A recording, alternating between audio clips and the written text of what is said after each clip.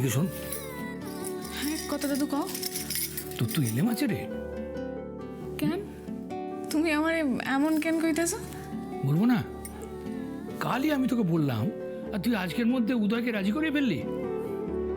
তা কি করে করলি আমাকে একটু বল দেখি শুনি।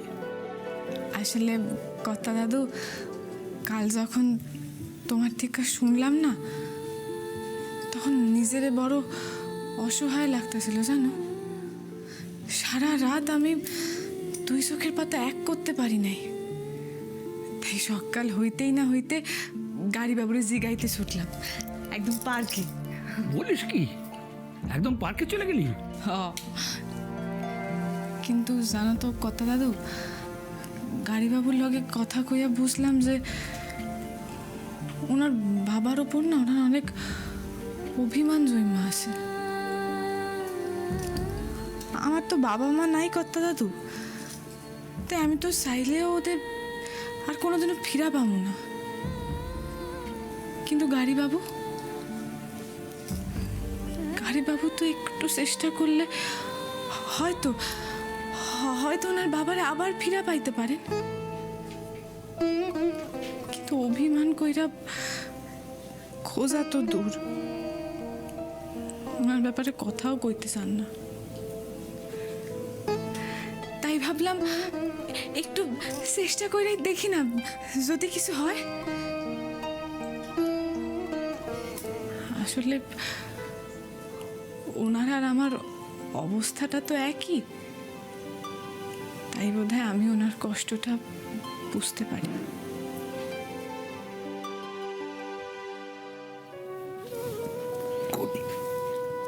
Very good. তুই এইভাবেই তো চলার পথে লক্ষ্য স্থির রেখে এগিয়ে যা, বুঝলি? আর জেনে রাখিস, তোর এই চলার পথে এই বুড়োটাকে তুই কিন্তু সব সময় পাবি।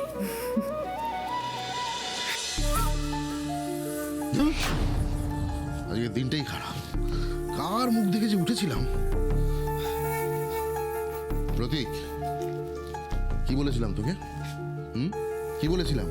মিলিয়ে নিলি তো? বুড়োটা এ বাড়িতে পা দিতে না দিতে হাত ধুয়ে আমার পিছনে লেগে গেল। একেবারে স্নিফার ডগ। বাড়িতে পা রেখেছে কি রাখেনি, অমনি ওই দাদার কেসটা রিওপেন করার কথা উঠে গেল। বুড়োটা না মাঝে মাঝে মনে হয়। তোমার কি মনে হয় আমি জানি না বাবা, কিন্তু আমার মাঝে মাঝে মনে হয় বুড়োটার গলা টিপে মেরে ফেলি। বাবা, শুধু বুড়োটা তোমাকে নয়, আমাকেও টার্গেট করেছে। কথায় কথায় কেমন খোঁচা দেয় দেখো নি? এই রূপ, হ্যাঁ রূপ শোনো না, বলছি যে এই আমাকে একটু এক্ষুনি দাদার সঙ্গে কথা বলাও, এক্ষুনি তাড়াতাড়ি। এরকম করছো কেন? কি হয়েছে সেটা তো বলবে। আরে কি হয়েছেটা কি? আমি আমার দাদার সঙ্গে এক্ষুনি কথা বলবো, ওই বুড়োটা জিজ্ঞেস করছিল। মানে? আরে মানে আবার কি? দাদার সঙ্গে তো এখন আমার কোনো যোগাযোগ নেই। বুড়োটা এমন করে জিজ্ঞেস করে না যেন সিবিআইতে ছিল। ভিতর থেকে সব একেবারে উগড়ে নেবে। আমি যা হোক কিছু একটা বলে ম্যানেজ করেছি। অরূপ, আমাকে এক্ষুনি একবার দাদার সঙ্গে কথা বলাও না প্লিজ, নাম্বারটা দাও। এই বুড়ো তো দেখছি সব দিক থেকে আমাকে ঘিরছে। ব্যাপারটা খুব সুবিধের মনে হচ্ছে না। আরে এই দাঁড়িয়ে রইলে কেন? নাম্বারটা দাও না। আরে ওরা ভালো আছে, ওরা ভালো আছে। অনিমেষের সঙ্গে তো আমার প্রায় রোজই ফোনে কথা হয়। বাই তোমার দাদা যেখানে থাকে সেখানকার ওই কানেকশন, মানে ওই ইয়ে ওই যেগুলো হয় না, ওগুলো খুব উইক, ভালো করে কথাই বলা যায় না। আমি কিন্তু বাচ্চা মেয়ে নই। তুমি যে দাদার নাম্বারটা আমাকে দিতে চাইছো না, সেটা আমি স্পষ্ট বুঝতে পারছি। নাম্বারটা দাও। বুড়ো যেভাবে উস্কে দিয়েছে, আজ লোপার মাথা ঠান্ডা না করলে আমার মাথা খারাপ করে দেবে। আচ্ছা আচ্ছা ঠিক আছে, শোনো না, ওই অনিমেষ তো শনিবার করে আলিপুরের দিকে একটা কাজে আসে। আমি নেক্সট যে শনিবার আমার সঙ্গে দেখা হবে, আমি সামনে দাঁড়িয়ে থেকে বলবো যে এক্ষুনি লোপাকে ফোন করো, কথা বলো, ঠিক আছে? আমি বলে দেবো, অনিমেষকে বলে দেবো। পারবো না, আমাকে নাম্বারটা দিয়ে যাও বাবা। রিমলি, হ্যাঁ, থ্যাংক ইউ সো মাচ। এই অন্ধকার পথে এক চিলতে আলো দেখানোর জন্য থ্যাংক ইউ। কেন আমি আবার আপনারে কি আলো দেখাইলাম? তুমি জীবনের আলো দেখিয়েছো রিমলি। তুমি আজ কথাগুলো ওইভাবে না বললে আমি হয়তো আর অনেকটা সময় নষ্ট করে ফেলতাম। তুমি ওইভাবে না বললে আমি ওই তাগিদটাই পেতাম না বাবাকে আবার খুঁজে বের করার।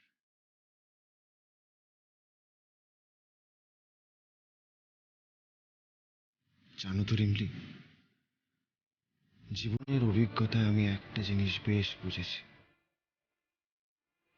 যাকে আমরা সব থেকে বেশি ভালোবাসি তাদের উপরেই আমাদের সব থেকে বেশি অভিমান হয়। এই যেমন আমি মিথ্যে অভিমান করে এতগুলো বছর কাটিয়ে দিলাম, এই অভিমান আমায় অন্ধ করে রেখেছিল রিমলি, কিন্তু তুমি আমায় কর্তব্যের পথ চিনতে হেল্প করেছো।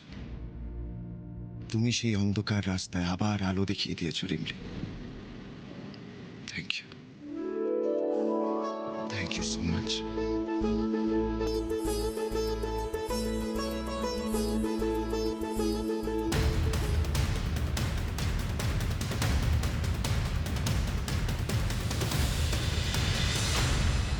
শোনো জনার্দন, আমি কিন্তু এক কথা একদম বারবার বলতে পারবো না।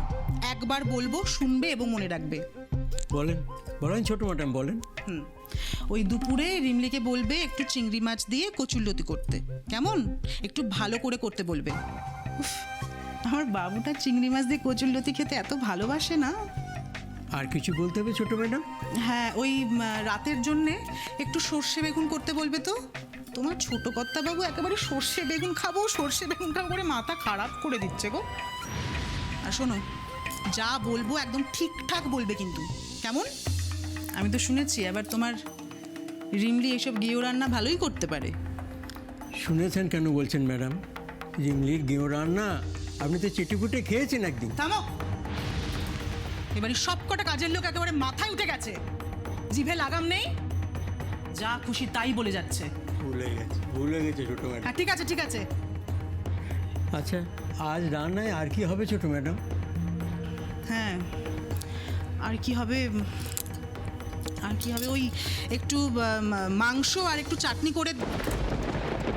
বাবার জন্য আজ কি রান্না হবে লোপা? ওমা দিদি, তুমি কখন এলে? প্রশ্নের উত্তরে প্রশ্ন করতে নেই লোপা। জনার্দনকে বকাবকি করায় যদি তুমি ব্যস্ত না থাকতে আর চোখ কানগুলো খোলা রাখতে, তাহলে দেখতে পেতে আমি কখন এসেছি। এখন যে প্রশ্নটা করলাম তার উত্তর দাও, বাবার জন্য আজ কি রান্না হবে? কেন দিদি, ওই চিংড়ি মাছ দিয়ে একটু কচুরলতি আর সর্ষে বেগুন এসব হচ্ছে। তোমার কি মাথা একদম খারাপ হয়ে গেছে লোপা? কেন দিদি, আমি কি ভুল করলাম? মেসমশাই এসব খান না? মেসমশাই কি একাদশী টসী কিছু আছে? তুমি জানো না বাবার বেগুনে অ্যালার্জি? এর আগে যখন বাবা এ বাড়িতে থাকতেন তখন তো বাবার জন্য রান্না তুমিই করতে। তোমার মনে নেই যে তখন বাবার জন্য চিংড়ি বেগুন এগুলো কোনোটাই রান্না হতো না? আসলে অন্যকে ধমকাতে তুমি এত ব্যস্ত যে পুরনো নিয়মগুলো সব ভুলে গেছো। দিদি, হ্যাঁ দিদি, মনে পড়েছে। মেসমশাইয়ের তো হাঁপানি আছে, একদম ভুল হয়ে গেছে দিদি। আসলে কি বলো তো, অনেক কালের কথা তো, তাই একটু ভুলে গেছিলাম দিদি। যাকে ছেড়ে দাও, তোমার সঙ্গে কথা বলাই রিমলি। হ্যাঁ বড় ম্যাডাম। বলছি, এখন থেকে এ বাড়ির রান্নাঘরের দায়িত্ব তোমার। আর শুধু রান্নাঘরের দায়িত্ব না, মেনু কি হবে সেটা তুমি ঠিক করবে। ওদিকে কি দেখছো?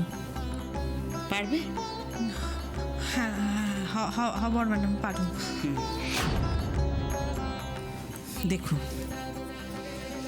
ভুলে যাওয়ার অভ্যেসটা যেন আবার না হয়। স্যার স্যার স্যার বলো নিতাই। স্যার, আপনার টেবিলের উপর একটা বড় সাইজের চিতল মাছ ফটফট করছে। বলো বলো, আরো চিৎকার করে পুরো শহর শুনিয়ে বলো। রাস্কেল কোথায়?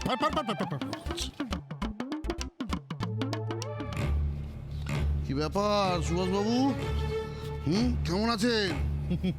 তা আপনাদের মতো এত বড় মাপের মানুষ তো অকারণে এদিকে পায়ের ধুলো দেবে না। এ মা, ছি ছি ছি ছি ছি ছি ছি, এসব তুমি কি বলছো? কি বলবো, খুব ফাঁসান ফেসে গেছি। আমি দেখছি কি করা যায়। আপনি এক কাজ করুন, আপনি ডিউটি আওয়ার্সের পরে আমার সঙ্গে একবার দেখা করুন। আসলে কি বলুন তো, সব কেস আবার থানায় বসে ঠিক সলভ করা যায় না, তাই না? বটেই তো তুমি যেমন বলবে আমি ঠিক তাই ফলো করে যাব। নমস্কার।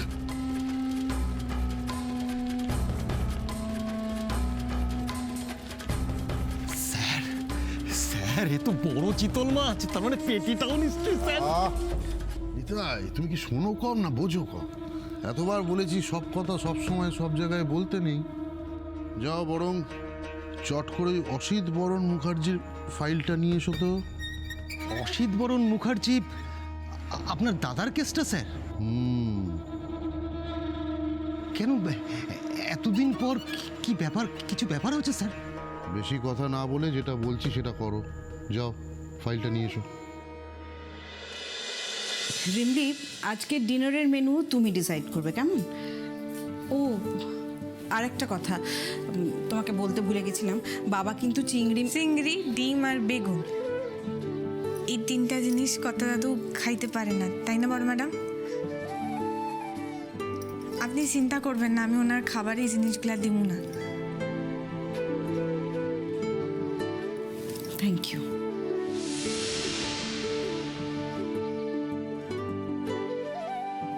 দিদি,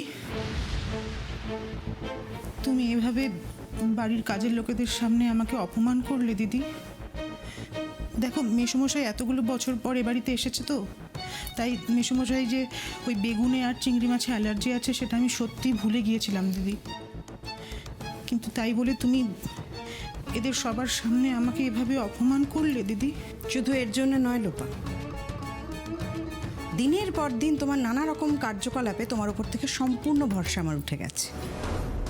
শুধু তোমার উপর নয়, তোমার ছেলের উপর থেকেও ভরসা উঠে গেছে। জিনিয়ার বেলায় তো দেখলাম তোমরা তোমরা বাড়ির যে কোনো কাছের লোককে যে কোনো সময় বিপদের মুখে ঠেলে দিতে পারো।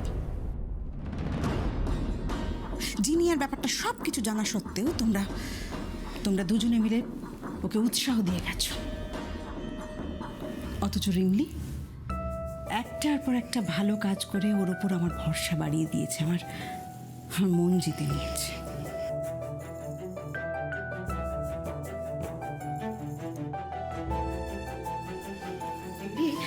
বলছি, তোমার রান্না চাপানো হয়ে গেলে আমার ঘরে 1 কাপ কফি পৌঁছে দিও, কেমন?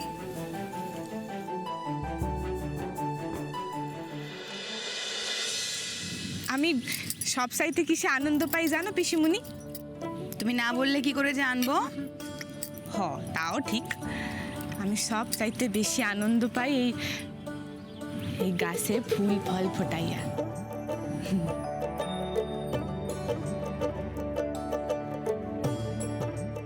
মনে হয় যে নতুন জীবন দিতাছি। আমি তো চাষি হইতে চাই গো, তাই এই মাটি আমার জীবন। উমা, তুমি যে চাষি হতে চাও সেটা তো আগে কখনো বলনি। বলার সুযোগটা কখন পাইছি কত কয় না দিদি, কিন্তু এইটা ঠিক, চাষি হওয়াই আমার একমাত্র স্বপ্ন। সত্যি? তুমি যে চাষি হতে চাও এটা শুনে আমি কিন্তু একটু অবাক হলাম। কেন? এতে আবার অবাক হওয়ার কি আছে? না মানে আমি তো আজকালকার মেয়েদের চিনি, মানে এই জেনারেশনের মেয়েরা চাষবাস করবে এটা জাস্ট ভাবাই যায় না। সেইটাই তো দুঃখের কয়না দিদি। আর একটা সত্যি কথা কি জানো তো কয়না দিদি, এখন আর কেউ কষ্ট করতে চায় না। আর এই চাষবাস তো বড় কষ্টের কাজ, সারা দিন রোদে পুইরা তারপর চাষ করতে হয়।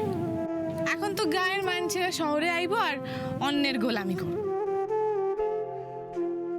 তবু নিজের ইচ্ছায় চাষ করব না।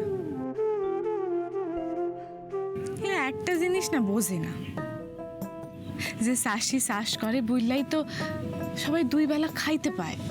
আমার কাছে এইটা অনেক পুণ্যের কাজ, জানো তো।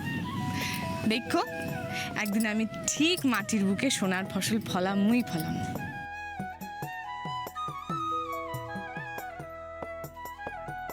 কই না দিদি, এইসব সারও তো। ও পিসিমণি, এই দেখো, এই সারগুলো আমি গাছে দিয়া দিলাম, এইবার দেখো কি সুন্দর ফুল হইব।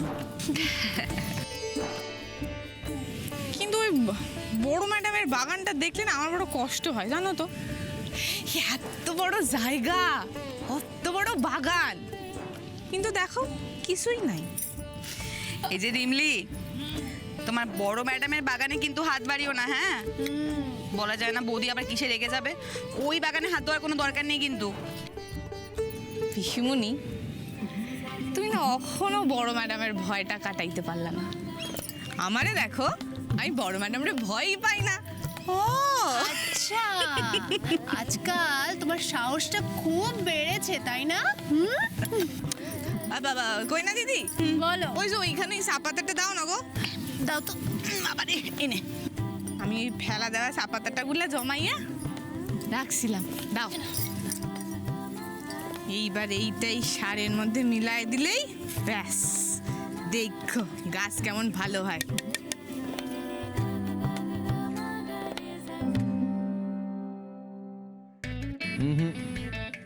দুটো মিক্স করো না, তাতে আরো বাজে হবে।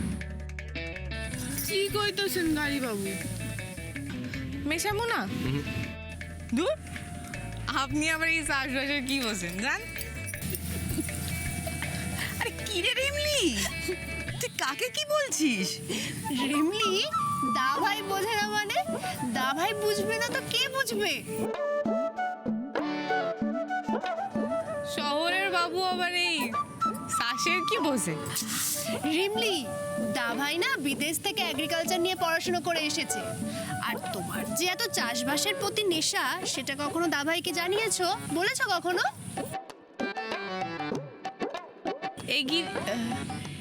এগিরি ওটা কি কইলা কই না দিদি? এগ্রিকালচার মানে ধরো কিভাবে চাষবাস করলে ফসল আরো ভালো হবে, ফলন বাড়বে, সেই সব নিয়ে পড়াশোনা করাকে বলে এগ্রিকালচার।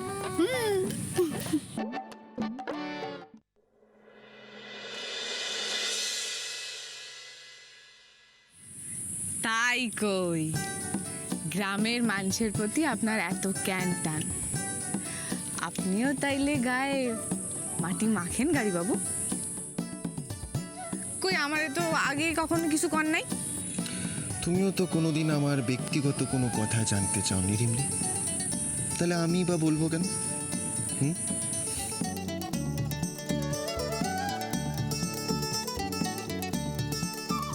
চন্দ্রানী, হ্যাঁ বৌদি, হ্যাঁ। বাবার কাছে শুনলাম তুমি নাকি দারুণ বাগান করেছো, প্রচুর ফুল গাছপালায় ভর্তি। হ্যাঁ, বাগানটা সুন্দর হয়েছে, কিন্তু এইগুলো আমার হাতের কাজ না। তাহলে কার? কার আবার? রিমলি। মানে আমার বাগানের যাবতীয় মেনটেনেন্স সবকিছু রিমলি করে। মালিক ওকেই বলতে পারো, নামে আমার বাগান। ওয়াও,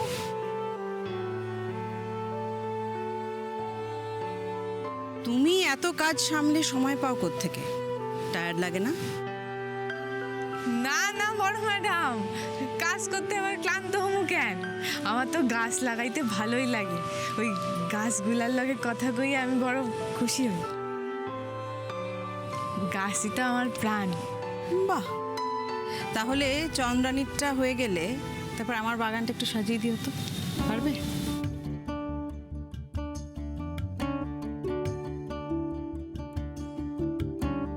হা হা হা হা, বড় ম্যাডাম পারুম। জানো বাবা আজ আমায় কি বলেছেন? বলেছেন আমার বাগানটার এই যে শ্রীহীন অবস্থা, তার জন্য আমিই দায়ী। আমি নাকি সবাইকে ভয় দেখিয়ে রাখি, কাউকে নিজের মতো করে সাজাতে দিই না, তাই আমার বাগানটার এরকম শ্রীহীন অবস্থা, কোনো প্রাণ নেই।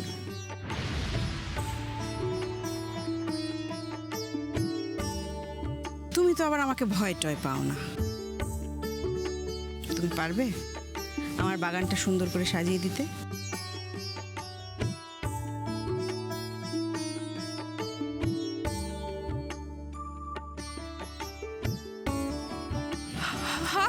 হ্যাঁ বড় ম্যাডাম, পারুম,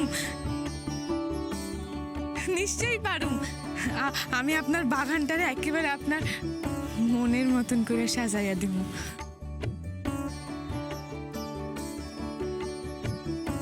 আমি জানি তো তুমি পারবে, তোমার উপর সে ভরসা আমার আছে। যে কাজই দিই না কেন তুমি সেটা গুছিয়ে করতে পারবে। আর তাই আজ তোমাকে আরও একটা গুরু দায়িত্ব দিয়ে যেতে চাই। জানি তুমি সেটাও পারবে। বড় ম্যাডাম আবার কোন দায়িত্ব দিতে চান আমায়? আবার রিমলি কি আর একটা দায়িত্ব? আবার আমাকে কদিনের জন্য একটা জরুরি কাজে বাইরে যেতে হচ্ছে, তো সে কটা দিন আমি চাই আমার ঘরের দায়িত্ব তুমি নাও।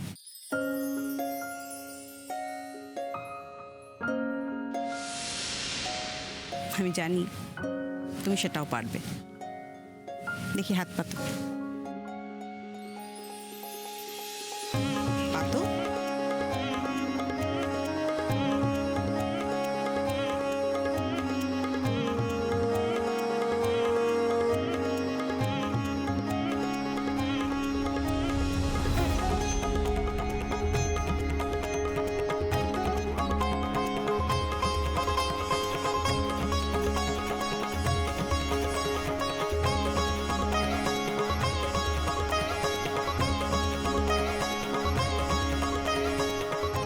আরে বাহ!